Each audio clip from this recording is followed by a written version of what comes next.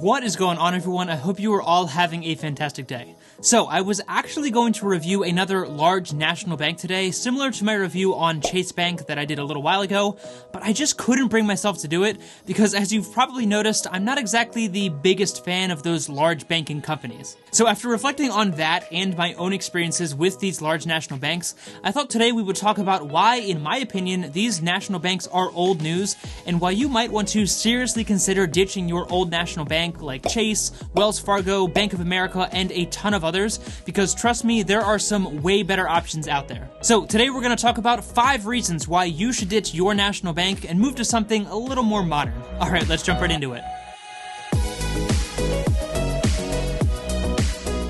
So first of all, I do want to say that this video is by no means meant to rip apart those national banks, because obviously they are incredibly successful large companies that have countless customers, and obviously that means that they're hopefully doing something right.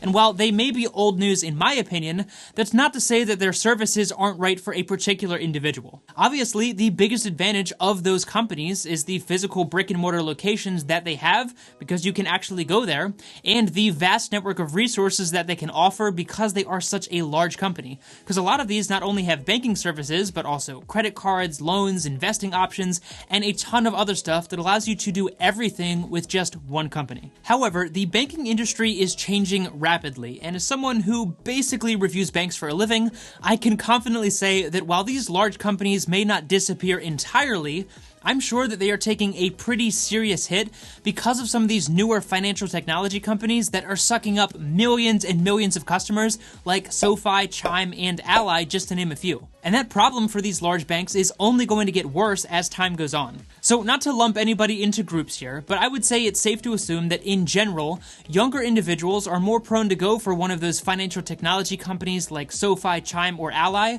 while older individuals are probably more likely to go with one of these older options because they're used to physically going into an actual bank. But as more of Generation Z becomes old enough to open their own bank accounts, well, they're probably not going to go running to Bank of America.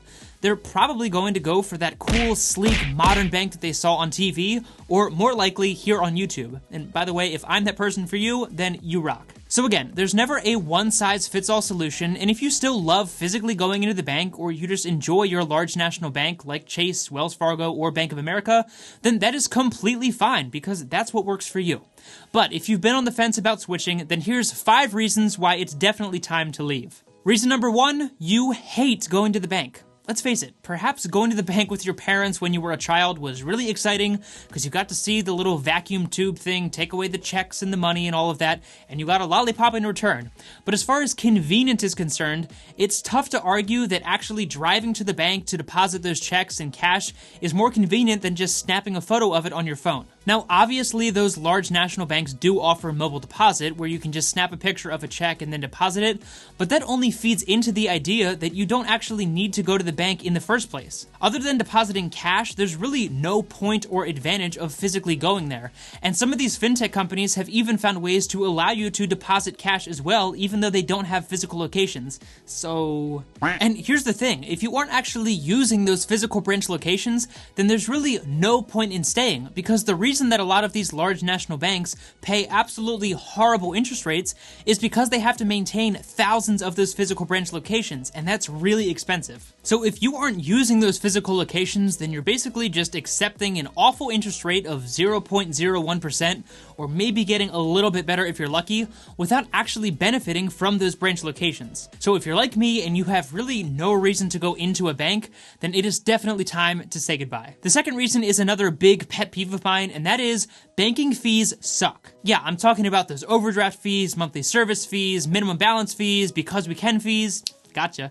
And all of those things that all of us who have been using mobile banks haven't really ever had to pay. I mean, Bank of America, for example, has an $8 monthly fee on their regular savings account, and of course they tell you that there's all these different ways that you can have that fee waived, and sure, you could go ahead and jump through all those hoops to get that, but why not just go with an option that already has no fees to begin with? And don't even get me started with the ridiculous $35 overdraft fee that Wells Fargo still charges. Like, literally the fact that people pay that and they think that that is normal is mind-blowing to me when there are so many fintech companies that either have no overdraft fee at all or have some kind of overdraft protection. So I think we can all agree fees suck, so ditch the bank that is charging all of those stupid fees. The third reason that you should leave that large national bank that I touched on earlier is because they have garbage interest rates. For some reference, at the time of making this video on their standard savings accounts, Bank of America pays 0.01%, Chase pays 0.01%, and Wells Fargo pays a whopping, brace yourself,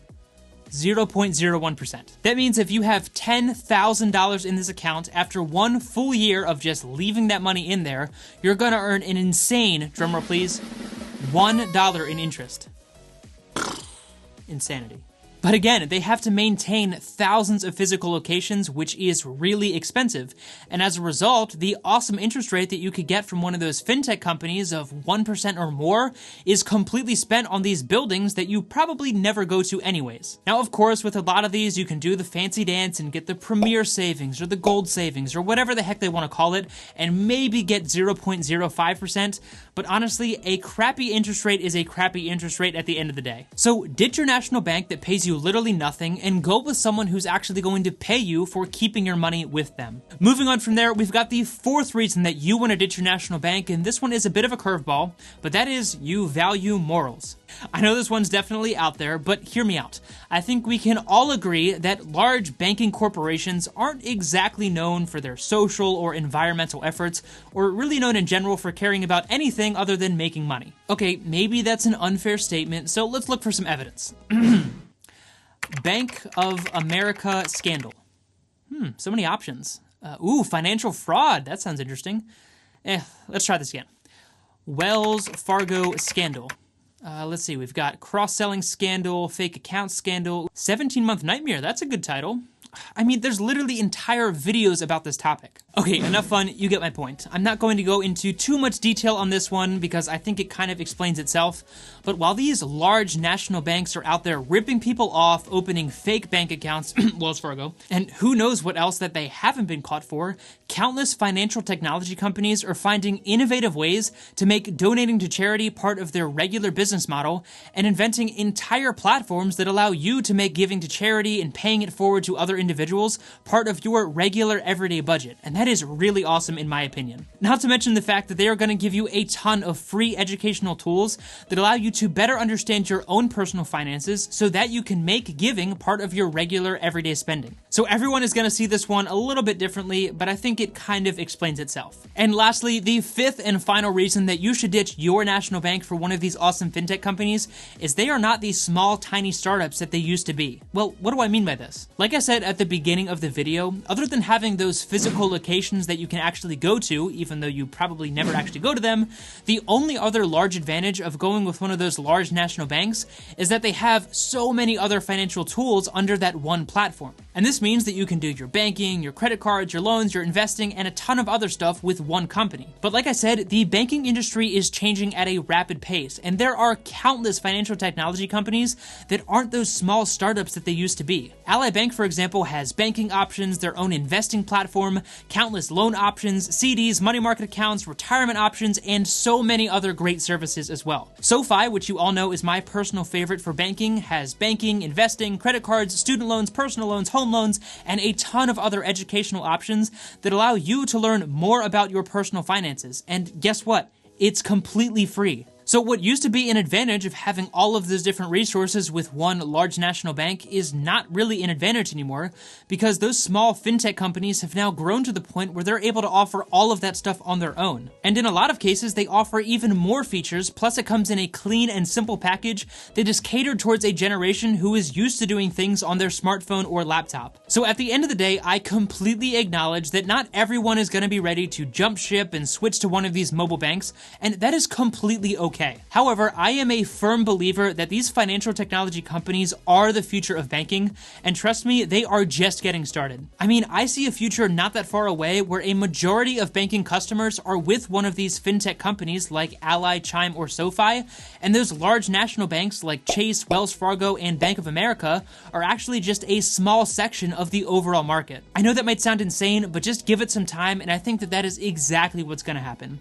So if you are convinced and you're ready to jump ship ship, then definitely check out the countless reviews that I have done on some of the best fintech companies that are currently on the market. And if you want to use the mobile banking platform that I personally see the most value in and use myself, then there is a link down in the description below for SoFi, where you can get $50 for free when you open and fund a SoFi Money account, and you can also get another $50 worth of a stock of your choice when you open and fund a SoFi Invest account. So if you are looking to jump ship and you want to use SoFi, then definitely check out those links and some of the other banking options that I recommend down in the description below. And of course, all of this is just my opinion, so I would love to hear from you. What do you think about all of this? And what is your favorite fintech company that is currently on the market, and why do you love that company?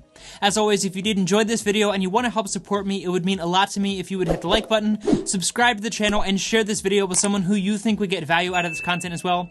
And as always, thank you so much for taking time out of your day to watch my video. I really do appreciate that. Take it easy, and I'll see you in the next one.